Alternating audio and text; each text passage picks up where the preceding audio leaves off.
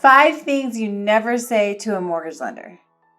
Now, I'm not trying to tell you to hide things, but there's some things that you probably just don't want to say. So let's kind of get into them so that you can kind of understand what we're looking at and things that are probably better to either disclose or not disclose, right? So the first one we're going to talk about is when somebody says, I am married, but please list me as not married. Please don't say that, okay? If you're married, list yourself as married. And here's the reason why. In certain states, like let's use Nevada as an example, since that's where I'm at. As you can tell, Las Vegas is right behind me, right? Nevada is a community property state.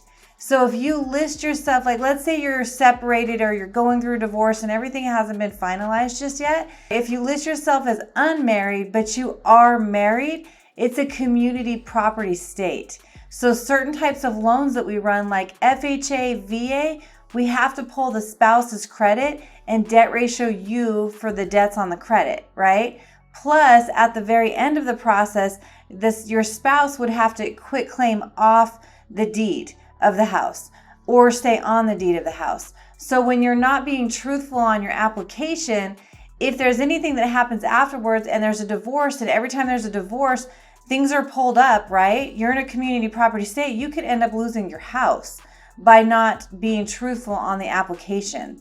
Okay, when you don't show the right marital status on the application and then you start providing documentation for your loan, your tax returns are more than likely going to say you're married, right?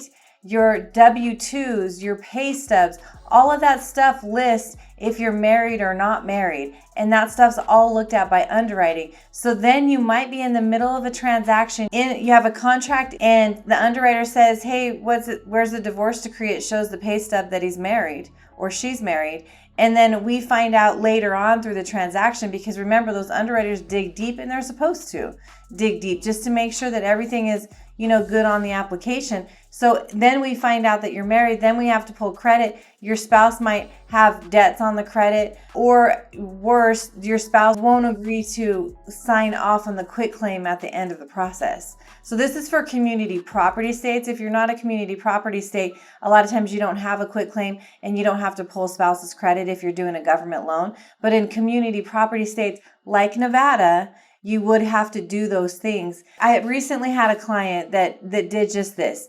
Didn't list that he was married on the application.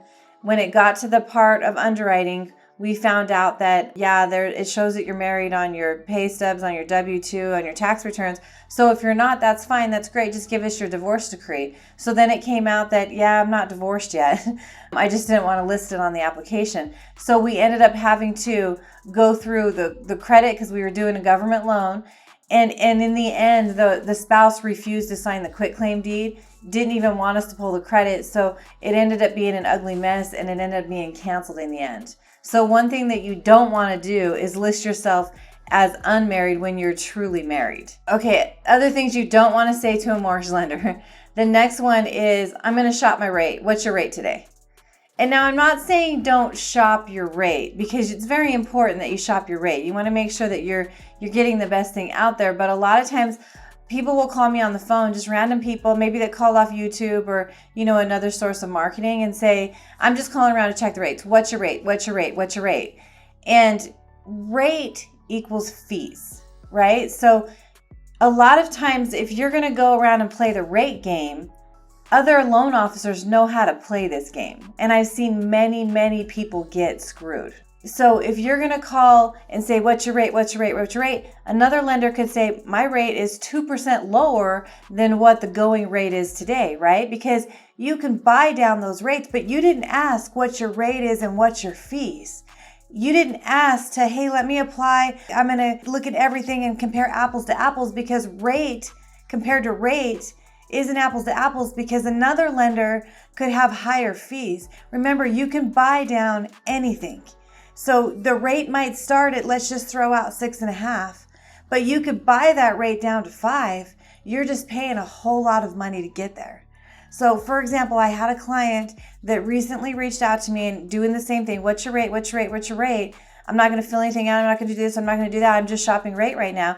So he ended up going through another lender because their rate was lower. And I told him, I said, if you're getting that rate, there's going to be fees to it.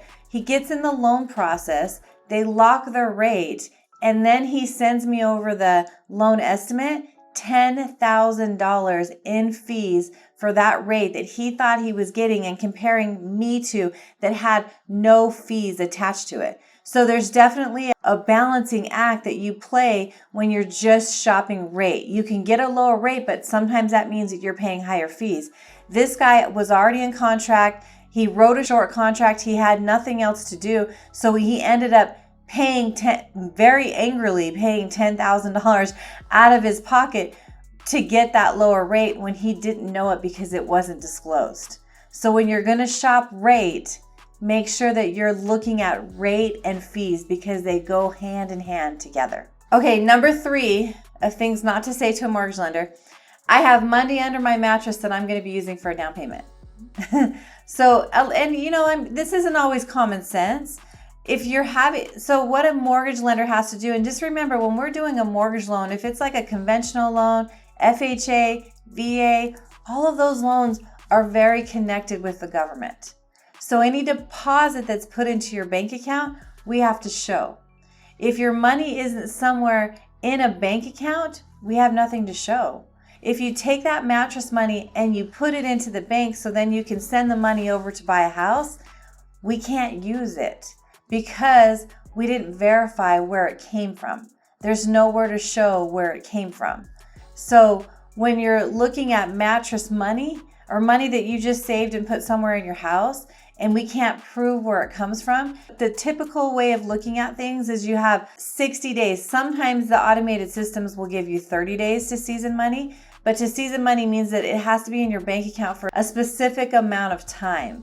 So typically the conventional FHA VA will ask for 60 days. Sometimes it's 30 days. So when you're out looking at houses and you know your down payment is coming from something that you just put in your house, it could delay your closing, or you could end up having to pull back on the house that you wrote contract on and then go in a different contract 60 days from now when that money is seasoned. So keep in mind, mattress money is something that we can't use because we can't verify it. Okay, number 4 of things not to say to your mortgage lender is, this one is, I do get this occasionally, is don't tell my spouse what's on my credit report. So when we're running a joint credit report, if you guys are married and we're running both credit reports, we're putting them together, right? And then on that, it's going to take the liabilities, which are all your bills. So credit cards, student loans, car loans, anything that shows on your credit report, and it's going to put them as the liabilities on your application. So if your spouse doesn't know what's on your credit, so say you guys don't get along all the time when it comes to finances, and that's common, I get it, and you charged up a credit card to $10,000, but you're making that payment and your spouse doesn't need to know about it, but you just decided not to tell him or her about it, that's going to be shown on the application when you go in to sign it. Plus, not only that, that puts a debt on your credit that could hinder your ability to qualify depending on how close your debt ratios are. You always want to come to grips with each other before the application's done on what debts you're looking at. And then that way it, causes less fights in the end and me not have to be in the middle of your guys' marriage. That's such a beautiful thing. Okay, number 5, and I've had this said to me all the time. Hey, I'm going to ask the seller for extra money after it closes. Or I'm going to ask the seller to be able to give me something after it closes. As a mortgage lender, so that's a seller concession. A seller can give you as the buyer, and this is based off FHA, conventional, and VA lending rules, okay? So a seller can give you up to a certain amount of closing costs. So like say if you're doing a FHA loan, a seller can give you up to 6% in closing costs. That 6% has to be used for closing costs. They can't give you money outside of escrow.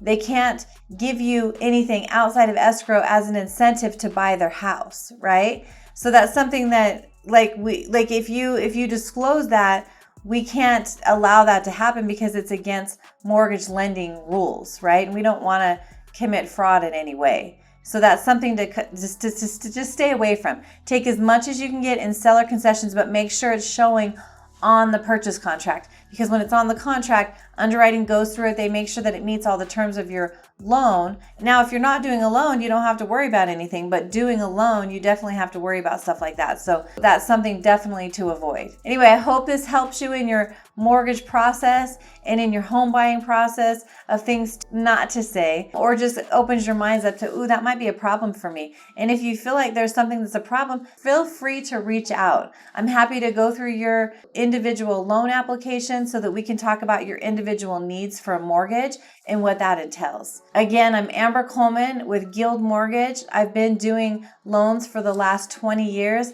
and have approved over 13,000 applications. So I've seen a lot of mistakes out there. I don't want to see you be a part of those mistakes that happen. I'm going to leave my information on the screen. I'm also going to put it in the description below. Feel free to reach out. Let's talk. If you like this video and you want more videos on, just things to look for, not look for, lies, and then, mistakes that happen, those kind of things, please subscribe to my page. And I hope you have a great day.